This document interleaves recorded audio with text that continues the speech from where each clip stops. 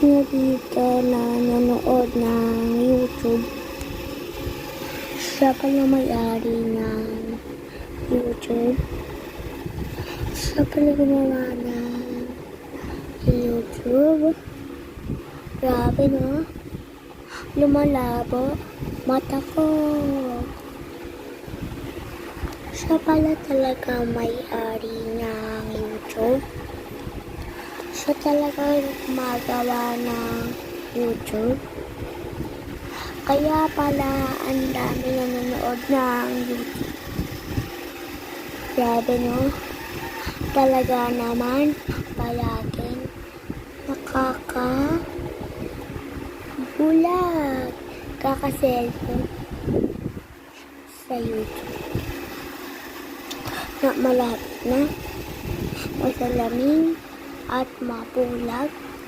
Rinig ka na ba? Mabulag. Kung ayaw mo, huwag ka na manood ng YouTube.